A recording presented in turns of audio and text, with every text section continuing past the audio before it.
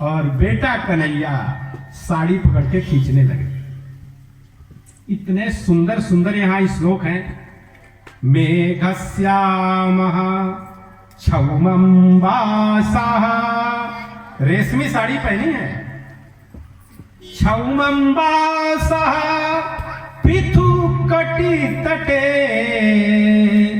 बिभ्रति सूत्रनद्धम्,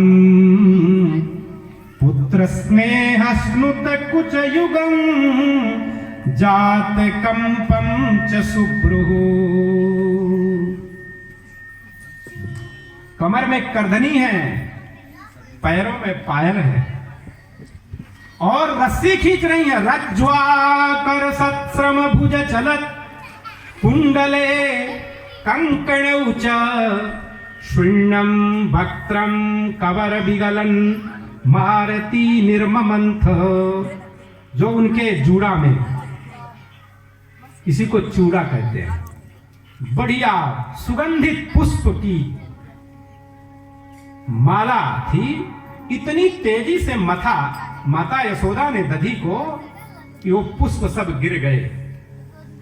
कन्हैया ने कहा नहीं दूध पिलाओ। मैया ने कहा कि बस तुम्हारे लिए ये मक्खन निकाल रहा हूं, थोड़ा चुप हो जाओ। माना नहीं। बालहठ, बालाहठ, बाला माने स्त्री, वो भी जब युवावस्था की हो तो उसे बाला कहते हैं। और राजहठ बड़े कठिन हैं। बालहठ आप लोग सुने हैं।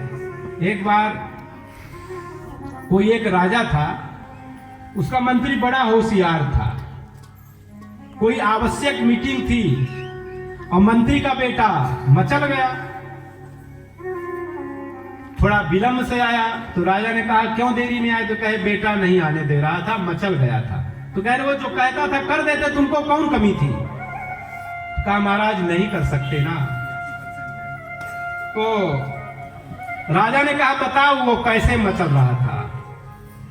तो मंत्री ने कहा कि वो कह रहा था कि मुझे हाथी चाहिए। तो राजा ने मंत्री से कहा कि तुमको हाथी की कमी है क्या, हाथी दे देते। तो कहा ये इतना तो मैं भी कर देता, लेकिन वो कह रहा था कि इस हाथी को घड़े में डाल दो। बच्चा है ना, हाथी को घड़े में डाल देगा क्या कुछ? लेकिन डाल दिया जाता कैसे? मिट्टी का छोटा सा हाथी ले लिए और ले जाके घड़े में बालक को दे दिए, काम बन गया। लेकिन बालहठ बड़ा खराब। और स्त्री यदि मूर्ख मिल जाए तो वो ऐसा दुराग्रह करती कि उस घर का फिर कल्याण हो गया। जिस घर में लड़कियों का मलकाना हो जाए बहू के आने के बाद, वो घर फिर संभलता नहीं है। अरे बहू आ गई तो उसका मलिकाना करो, जहां बहू है वहां जाके वो अपना काम करेगी, यहीं बैठी रहेगी, वहां न करेगी यहीं आके। और जिस घर में ऐसा दुर्योग से हो गया तो बहुत अच्छी स्थिति नहीं रहेगी। आध्यात्मिक वृत्ति खत्म और भौतिक भी कमजोर हो जाएगी। एक बार किसी बनिया के यहां एक बालक गया, 1 रुपया लेके, कहा गुड़ दे दो। तो व्यापारी ने गुड़ दिया। तो कहा इतना नहीं लेंगे, खूब लेंगे। तो उसके हाथ में जितना आ सकता था सब दे दिया। कहा नहीं, वो लगा रोने। कहा नहीं मैं खूब गुड़ दूंगा। उसको समझे में नहीं आया कि मैं अब क्या करूं। वो तो 20 रुपए का गुड़ दे दिया, लेकिन वो कह रहा मैं खूब लूंगा। एक चालाक आदमी आया, जानते हैं बुद्धिमानी क्या है? तो एक हाथ में थोड़ी बड़ी ढेली रख लिया और एक हाथ में छोटी वाली ढेली रख लिया। कहा लो जो बड़ा वाला खूब वाला हिस्सा है खूब ले लो तुम। तो हंसने लगा, कहा मैं यही तो कह रहा था कि मैं खूब लूंगा। तो बड़ी वाली ढेली लिया, प्रसन्न हो गया। तो बालकों को तो समझाना पड़ा, आप बच्चे ही हैं, सब समझाना पड़ता है ना। तो अब प्रेम से सुनिए, भागिएगा मत। पानी बरसे तो पानी बरसते में बैठे रहना। अरे हम गोवर्धन महाराज की कथा कहने वाले हैं, जरा विश्वास नहीं है क्या? गोवर्धन महाराज की कथा तो सुने होंगे आप। सुने हैं लेकिन समझे नहीं है। सुनने के बाद समझना चाहिए, समझने के बाद गुनना चाहिए, गुनगुनाना चाहिए। क्या सुने हैं कथा?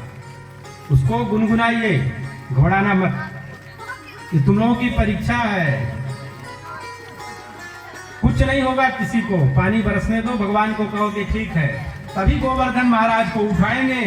कृष्ण भगवान के सास का जो मटका था ना, पुराना बड़ा सा मटका जिसमें दही रखा जाता था, मारे गुस्सा के जाके एक छड़ी लगा दी। अब वो जितना उसमें दही रखा था ना, सब दही गिर गया, मैया का मक्खन भी निकल गया। मैया ने कहा ये तो बहुत नटखट हो गया है, इसकी शैतानी तो रोज बढ़ती जा रही है, तो इसको तो अब बांधना पड़ेगा। बांधने के लिए जब मन बनाया मैया यशोदा ने, तो बालक कृष्ण वहां से भागे।